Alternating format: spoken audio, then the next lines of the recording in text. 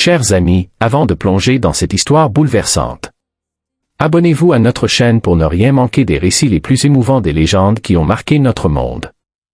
Chaque abonné est comme une note ajoutée à la grande symphonie de la mémoire. Alors, prenez un instant, cliquez sur s'abonner. Et laissons-nous emporter par l'histoire vraie de Céline Dion. Les origines d'une étoile Charlemagne, Québec, 1968. Il y a des voix qui naissent dans le confort des studios. Et d'autres, qui émergent du silence de la misère. Comme un cri d'espérance venu du fond de l'âme. Céline Marie-Claudette Dion est de celle-là. Le 30 mars 1968, dans le petit village de Charlemagne. Une enfant vient au monde dans une maison où l'amour remplaçait tout ce qui manquait. Elle est la 14e et dernière d'une fratrie de 14 enfants. Sa mère, Thérèse, et son père, Adhémar Dion, travaillaient dur pour nourrir leur grande famille. Ils n'avaient pas grand-chose, mais leur maison résonnait de musique et de rire. Le premier lit de Céline n'était qu'un simple tiroir tapissé d'une couverture. Un symbole d'humilité mais aussi de chaleur humaine.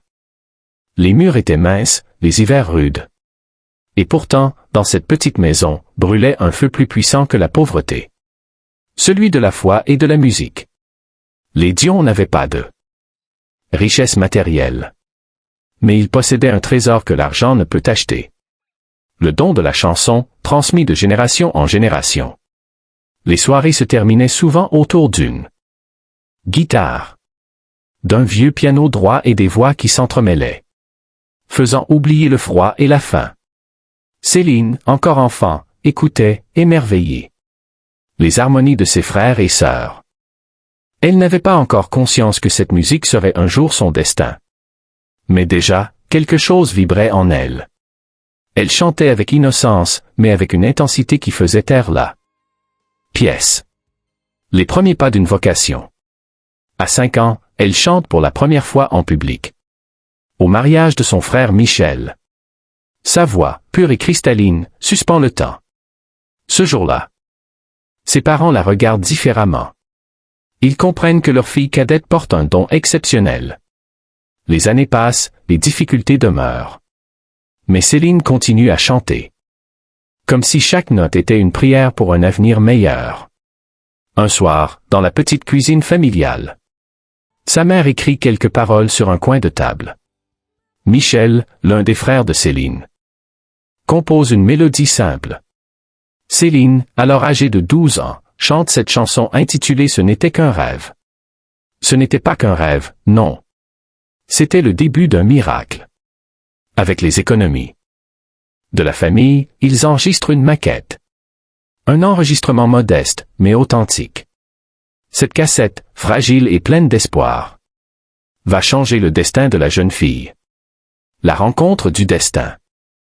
René Angélil. À Montréal, un homme écoute cette cassette.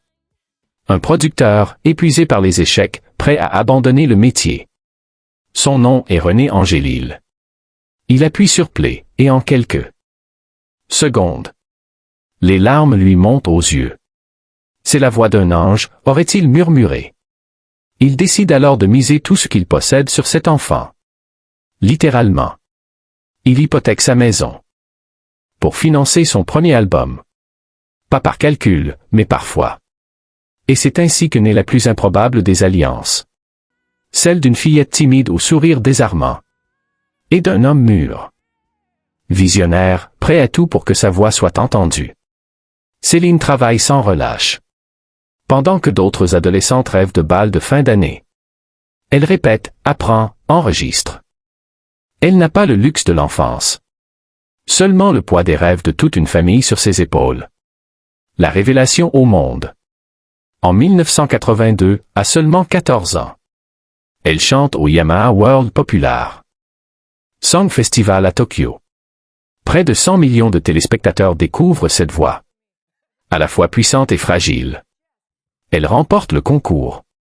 La petite fille de Charlemagne vient d'atteindre le monde. Mais derrière chaque triomphe, il y a une solitude. Des réveils à 5 heures du matin. Des répétitions sans fin. Et cette impression que la vie lui échappe à mesure que la gloire s'installe. Plus tard, elle confiera avec mélancolie. Je n'ai jamais eu d'adolescence. Je ne me souviens pas des fêtes, seulement des micros et des costumes. Fin du chapitre 1. La naissance d'un mythe. Céline Dion ne savait pas encore que sa voix allait traverser les océans, guérir des cœurs et devenir une légende vivante. Mais déjà, le destin avait tracé sa route. De la pauvreté à la promesse. De l'ombre à la lumière. L'histoire venait seulement de commencer. Si vous aimez ce récit, pensez à aimer cette vidéo et à vous abonner. Dans le prochain chapitre, la transformation d'une jeune chanteuse en star mondiale. Et le prix caché de la gloire. Chapitre 2. L'ascension et le prix de la gloire. Les années qui suivirent furent celles d'un miracle silencieux, tissé de travail, de foi et de discipline. Céline Dion, encore adolescente, s'élève peu à peu au-dessus de tous les doutes. Chaque chanson devient une marche de plus vers un sommet que personne n'aurait imaginé pour une enfant de Charlemagne. Son accent, sa timidité, sa silhouette frêle, tout semblait jouer contre elle. Et pourtant, sa voix défiait toutes les lois du possible. Elle ne chantait pas pour être célèbre, elle chantait pour vivre. Et c'est sans doute cette sincérité brute, cette vérité dans le souffle, qui a bouleversé ceux qui l'ont entendue pour la première fois. Mais le monde de la musique est impitoyable. On la juge, on la critique, on lui dit que son accent québécois ne passera jamais à l'international. Les producteurs anglophones rient doucement. Une chanteuse francophone. Dans la pop américaine? Impossible. Impossible, disait-on. Mais Céline Dion a toujours eu ce don rare de transformer l'impossible en réalité. Avec la patience d'une artisane, elle apprend l'anglais, syllabe par syllabe. Elle répète, inlassablement, devant un miroir, jusqu'à ce que chaque mot devienne une note juste. Sa volonté, déjà, dépasse l'entendement. En 1990, elle sort son premier album anglophone, Unisson. Les barrières tombent, lentement mais sûrement. Puis vient un tournant décisif. Le duo avec Péabo Brison, Beauty and the Beast. La chanson triomphe. Remporte un Oscar et la fait entrer dans le cœur du public américain. Le monde découvre alors cette voix immense, capable d'exprimer la tendresse comme la puissance. À partir de ce moment, tout s'enchaîne. Les tournées s'allongent, les albums se multiplient, les récompenses affluent. Mais derrière les projecteurs, Céline s'épuise. Les heures de sommeil se font rares, les voyages incessants. Les lumières des stades cachent souvent les larmes versées dans la solitude des chambres d'hôtel. Et pourtant, elle ne s'arrête pas. Parce que pour elle, chanter n'est pas un choix. C'est une nécessité. Chaque concert est un acte d'amour. Chaque note, un souffle de vie offert à ceux qui l'écoutent. Au début des années 1990, Céline devient une star mondiale. Ses albums dominent les classements. Les médias l'appellent la voix d'or du Canada. Mais la gloire, aussi éclatante soit-elle, laisse des cicatrices invisibles. Elle avouera plus tard qu'elle se sentait souvent étrangère à sa propre vie. Qu'elle regardait sa silhouette sur les affiches sans se reconnaître. La petite fille du tiroir n'avait jamais rêvé de diamants ni de tapis rouge. Elle voulait simplement que sa musique apporte de la chaleur, comme celle qu'elle avait connue enfant. Puis, en 1997, vient le moment où la terre entière s'arrête pour l'écouter. Une chanson, une seule, va l'inscrire à jamais dans l'histoire. My Heart Will Go On. Le thème du film Titanic. Cette mélodie, d'une simplicité poignante, devient un hymne mondial.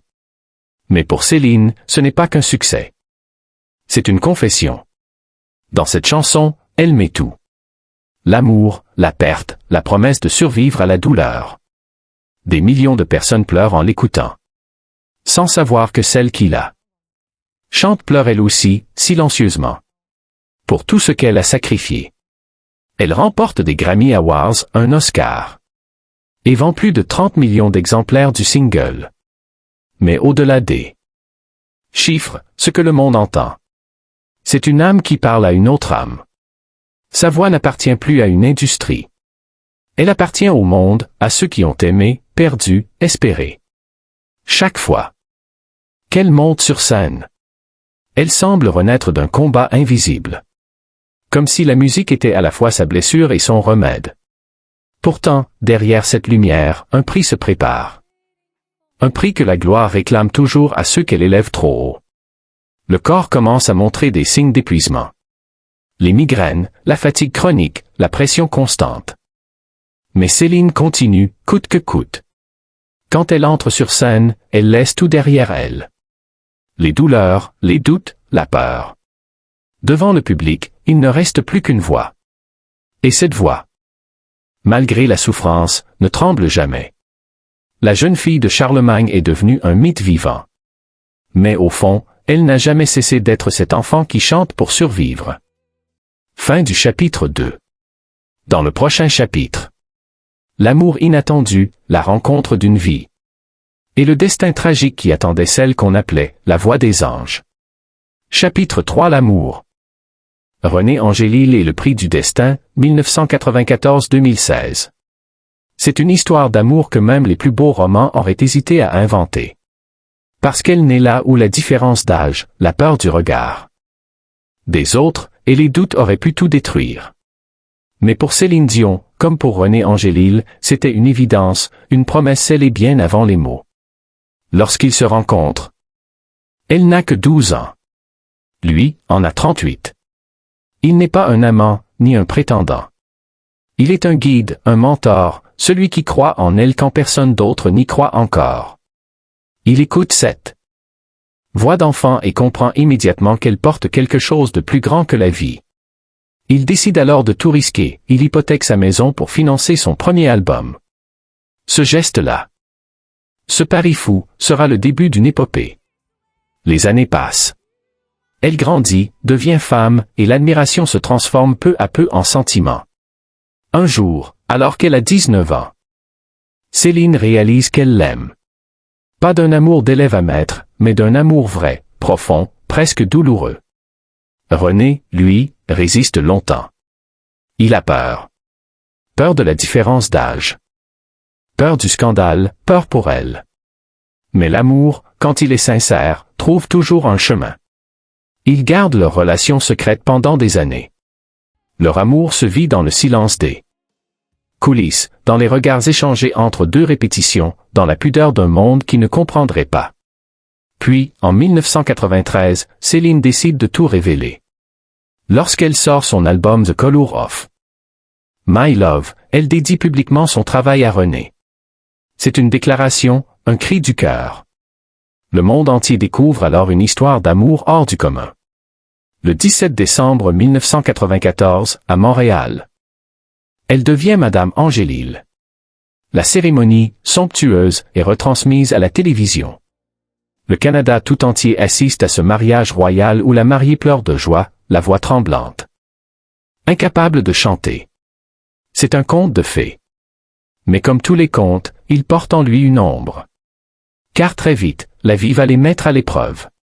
René tombe gravement malade. Un cancer de la gorge.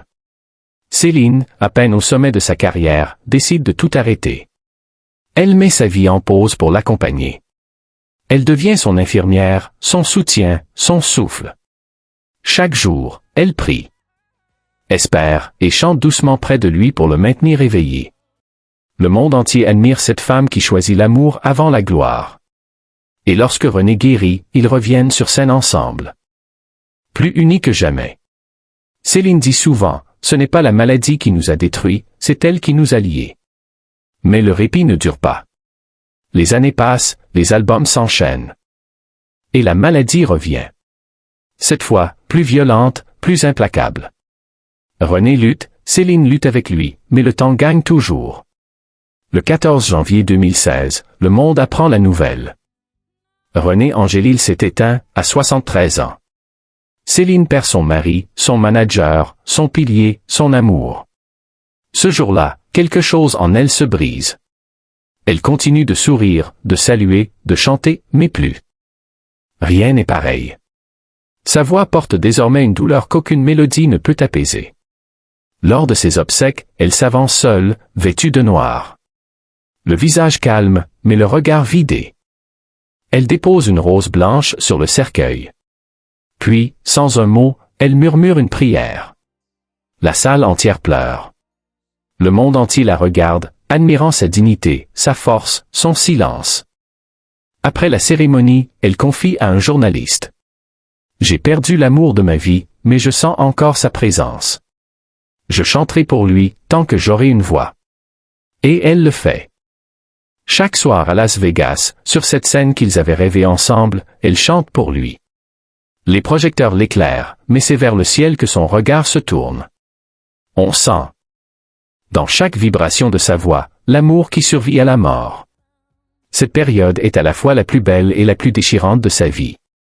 Elle prouve au monde qu'on peut être une légende, une idole, une étoile. Et rester, avant tout, une femme qui aime, qui souffre, qui espère. Car si Céline Dion a toujours chanté l'amour, ce n'est pas parce qu'elle voulait le vendre. C'est parce qu'elle l'a vécu jusqu'au bout, dans toute sa grandeur et toute sa fragilité. Et c'est peut-être là que réside le secret de sa voix. Dans cette vérité brûlante, dans ce cœur brisé qui continue de battre. Non pas pour la gloire, mais pour l'amour. Fin du chapitre 3. Dans le prochain chapitre, la maladie, la peur, la disparition progressive d'une artiste qui se bat encore pour chanter. Et le courage silencieux d'une femme face à l'injustice du destin. Chapitre 4. La maladie et le silence de la scène, 2017-2025. Après la perte de René, Céline Dion tente de se relever. Elle retourne sur scène, comme on revient à la vie après un long hiver. Ses fans l'attendent, des milliers de visages tendus vers elle, espérant retrouver celle qui a illuminé leur vie. Mais derrière les sourires, il y a la fatigue. Derrière la grâce, la douleur. Et peu à peu, une ombre s'installe invisible, mystérieuse, mais tenace. Au début, ce ne sont que de petites gênes. Une raideur dans les muscles, une douleur dans la jambe, une difficulté à tenir les notes longues. Rien qui puisse alerter une femme habituée à chanter au-delà de la souffrance. Elle pense que c'est la fatigue, le stress, le deuil. Mais la douleur s'intensifie. Les gestes deviennent plus durs, les mouvements moins précis. Son corps, autrefois instrument de pure énergie, semble lui échapper. Pourtant, elle refuse de s'arrêter. Parce que pour elle, monter sur scène, c'est respirer. Et tant qu'elle respire, elle chante. Même lorsque les médecins lui conseillent le repos, elle insiste. Le public m'a toujours guéri. Je veux chanter pour eux. Mais la maladie, silencieuse et cruelle, continue son œuvre. Ses muscles se contractent, son corps tremble. Les médecins finissent par lui donner un nom. Le syndrome de la personne raide, Steve Person syndrome. Une maladie neurologique rare, qui emprisonne le corps dans la douleur. Qui transforme chaque mouvement en combat. Chaque respiration en victoire. La nouvelle tombe comme un coup de tonnerre. Le monde entier est bouleversé. Céline, elle, garde le silence. Elle s'éloigne des caméras, annule ses tournées. Et se retire dans l'intimité de sa maison à Las Vegas avec ses 3 fils. Dans une vidéo publiée en décembre 2022, elle apparaît enfin. Fragile, les yeux humides, mais la voix encore pleine de douceur. Elle confie à ses fans. Ce que je vis est difficile. Je travaille chaque jour avec mes médecins pour retrouver mes forces. Mais je dois avouer que je ne suis pas encore prête à revenir sur scène. Je vous aime et je vous remercie pour votre amour. Ces mots, simples et sincères, déchirent le cœur de millions de personnes. Car c'est la première fois qu'on voit Céline Dion. Vulnérable, sans armure. Sans maquillage, sans lumière, seulement une femme face à l'injustice de son corps. Mais elle ne se laisse pas vaincre. Chaque jour, elle s'entraîne avec ses kinésithérapeutes, répète des exercices de respiration. Essaie de reconquérir ce souffle qui a fait trembler les stades. Elle écrit, écoute de la musique, chante à voix basse pour ses enfants. Et même si la douleur ne disparaît pas, elle garde l'espoir. Dans ses rares apparitions publiques, on la voit amaigrie. Mais le regard toujours clair, la détermination intacte. Elle serre les mains, sourit, remercie.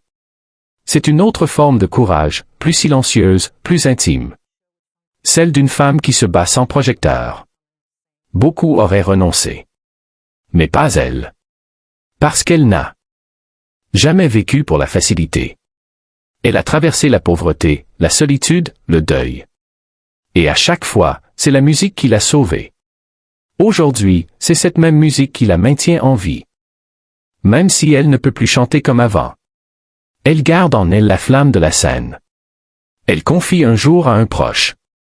Si je ne peux plus chanter, je continuerai à raconter des histoires. Parce que ma voix n'est pas que dans mes cordes vocales. Elle est dans mon cœur. En 2023, un documentaire intitulé IAM, Céline Dion révèle au monde la réalité de son combat. On y découvre une femme à la fois brisée et héroïque.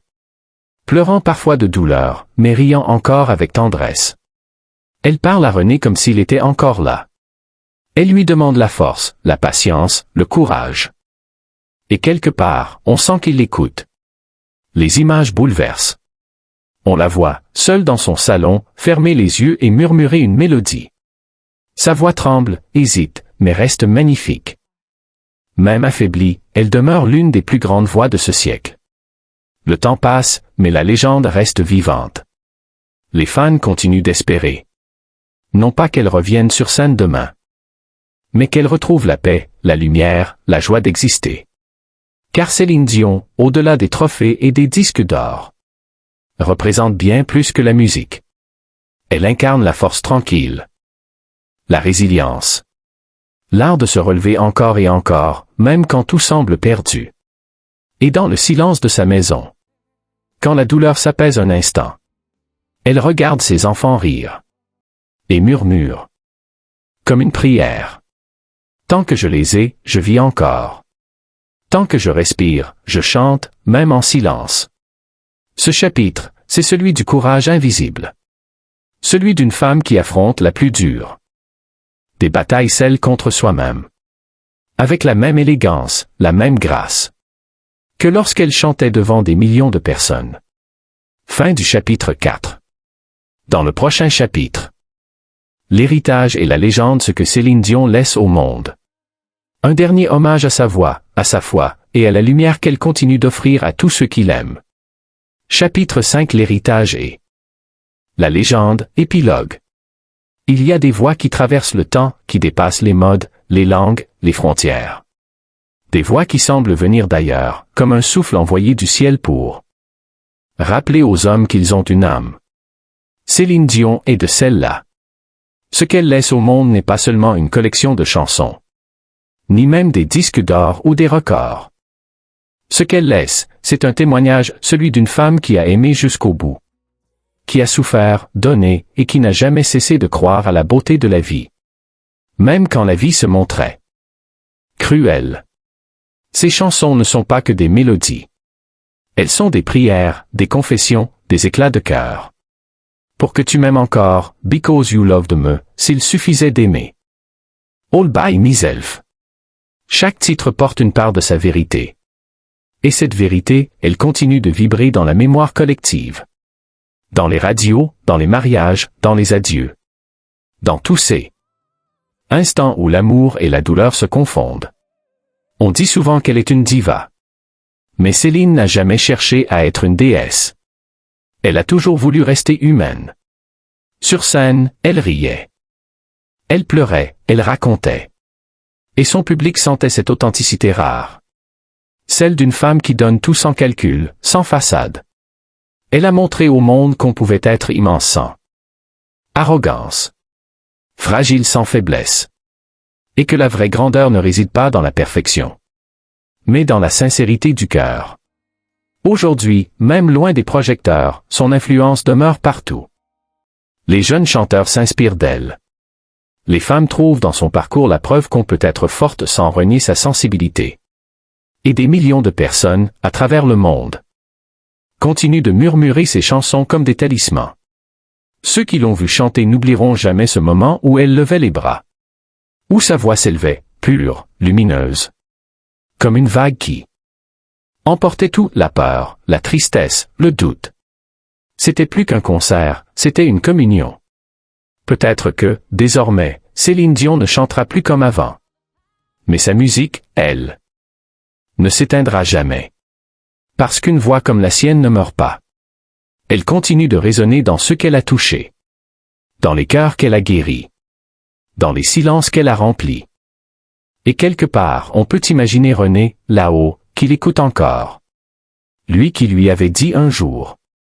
Ta voix, Céline, c'est ton âme. Ne la perds jamais, même si le monde change. Il doit être fier, aujourd'hui, de voir qu'elle a tenu parole. Car même dans le silence, Céline Dion reste une voix. Une lumière. Une promesse d'espoir. Son héritage, ce n'est pas seulement la musique. C'est la foi qu'elle a semée dans le cœur des autres. La foi en la vie, en l'amour, en la force de continuer. Et quand on écoute encore My Heart Will Go On. Quand la flûte s'élève. Douce et mélancolique. On ferme les yeux, et on comprend. Ce n'est pas seulement la chanson du Titanic. C'est le chant d'une femme qui a tout donné. Et qui, même brisée, a su dire au monde. L'amour survit à tout. Céline Dion n'a pas disparu. Elle s'est simplement retirée pour laisser sa lumière briller autrement. Chaque note qu'elle a chantée vit encore. Dans les rues. Dans les films, dans les souvenirs. Elle est là, partout où quelqu'un croit encore à la beauté. Partout où une voix s'élève pour dire « Je t'aime ». Et peut-être qu'un jour, quand la douleur s'apaisera, on la reverra, même un instant. Sourire à nouveau au monde. Et lui offrir, ne serait-ce qu'une seule note. Parce qu'une légende ne s'éteint jamais. Elle se transforme, se fond dans le temps. Et devient éternelle. Céline Dion est cette éternité-là. Fin du récit. Souvenez-vous. Si cette histoire vous a touché, si la voix de Céline Dion continue d'habiter vos émotions, abonnez-vous à notre chaîne Prisme de renom. Pour découvrir d'autres récits d'artistes qui ont changé le monde par leur humanité, leur courage et leur lumière. Et vous, dites-moi dans les commentaires. Quelle chanson de Céline Dion a marqué votre vie? Quelle note, quel mot, a su toucher votre âme?